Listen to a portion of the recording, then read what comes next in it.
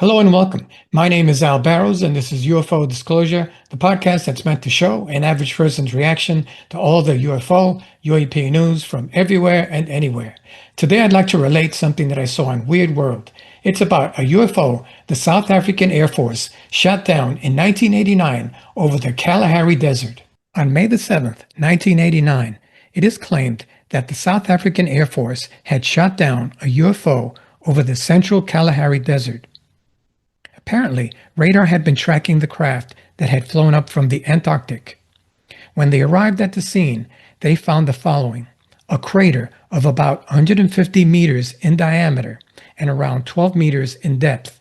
Inside the crater was a silver-colored disc-shaped object at a 45-degree angle embedded in the side of the crater. The collision had caused such an intense heat that around the object, the sand and rocks had fused together. There was an intense magnetic and radioactive environment around the object, so much so that it resulted in the failure of the Air Force equipment. It is also claimed that the UFO was relatively undamaged and that there were 3 occupants in the craft. 2 of the aliens had survived the impact. The craft, along with the extraterrestrials, were then taken to a South African Air Force base. The terrain around where the object had struck was later filled with sand and rubble in an effort to disguise the event that had taken place. Within days, the craft and its occupants were transferred to the United States under tight security and apparently taken to Wright-Patterson Air Force Base near Dayton, Ohio. The following statistics were then taken, where the origin of the craft was unknown but was suspected to be extraterrestrial. There were no identifiable markings other than an insignia that had been forged into metal on the side of the craft. And when this craft was measured, the dimensions were as follows: 18.28 meters in length, or 59 feet, 8.68 meters in height, or 28 feet, and it weighed approximately 50,000 kilograms, or approximately 110,000 pounds. The material the craft had been made of could not be identified, though. The outer surface of the object was a polished, smooth silver color with no visible seams on the outside or on the inside. They were unable to determine its source of propulsion. They also located hydraulic-type landing gear that had been fully deployed and posited that an electronic malfunction had caused the object to crash, no doubt brought about by the Mirage jet firing a laser cannon at the craft. 2 humanoid creatures had survived the crash and were described as being clothed in tight-fitting gray suits. Their height was approximately 137 centimeters, or about 4.5 feet tall. They had a bluish-gray complexion, and the texture of their skin was described as being smooth and extremely resilient. And their bodies were totally devoid of any hair.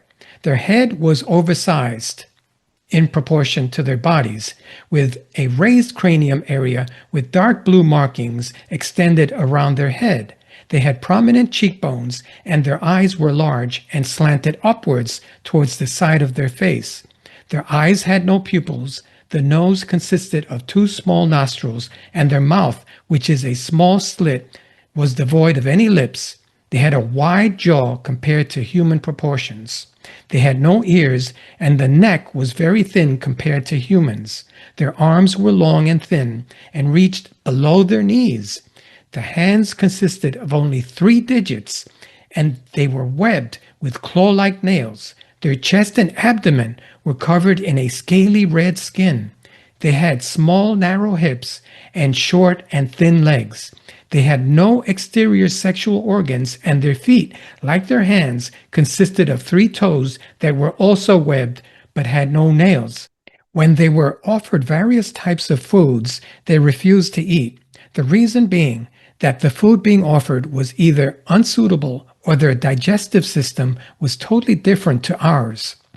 Because they did not appear to be able to physically talk, they could not work out how they were able to communicate, but suspected that they were possibly telepathic. In order to verify this story, One of the pilots that shot down this UFO was actually tracked down. His name was Squadron Leader Goosen and was based near Pretoria, the capital of South Africa. He said that he fired once at the UFO, which was enough to bring it down. However, in order to obtain further evidence that the incident in the desert had really taken place, the Office of Special Investigations at the Wright-Patterson Air Force Base was contacted. They refused to deny or verify that they recovered a UFO from the Kalahari Desert. However, two researchers, Dr. J.J. Hurtak and Baron von Butler, conducted their own investigation into the matter. Both came to the conclusion that a crash landing had indeed taken place in the Kalahari Desert. The incident was also confirmed by Dithoko Sasinyi, Botswana's environment minister, in a 1993 report in a Cape Town daily newspaper called the Argus. The report also brought attention to the alleged cover-up and disinformation exercise coming from international forces. Researchers that attempted to uncover the truth have been met with missing pieces of information.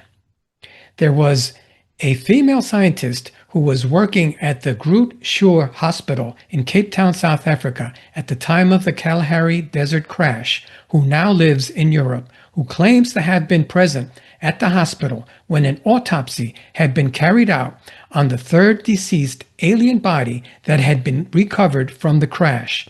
She said that the most pronounced difference between their life form and ours was that there was no obvious gender or reproductive organs and no immune system or digestive system. The description she gave of the body was typical of the classic gray extraterrestrial, being small, smooth, with gray skin, no body hair, a large head, with huge, dark, oval-shaped eyes. Everyone present at the autopsy were warned to keep quiet. She only felt safe disclosing what she witnessed because she no longer resided in South Africa. So could this crashed UFO from South Africa be in Wright-Patterson Air Force Base in the United States right now? David Grush, former intelligence officer and Pentagon whistleblower, stated in 2023, and I quote, that the U.S. government possesses intact and partially intact spacecraft of non-human origin. He also stated under oath before Congress that authorities have concealed evidence of non-human intelligence for decades. I think it's time the U.S. government came clean with the public about what they know and what they have. My name is Al Barrows. This has been UFO Disclosure. Please remember to like, share, and subscribe. Thank you.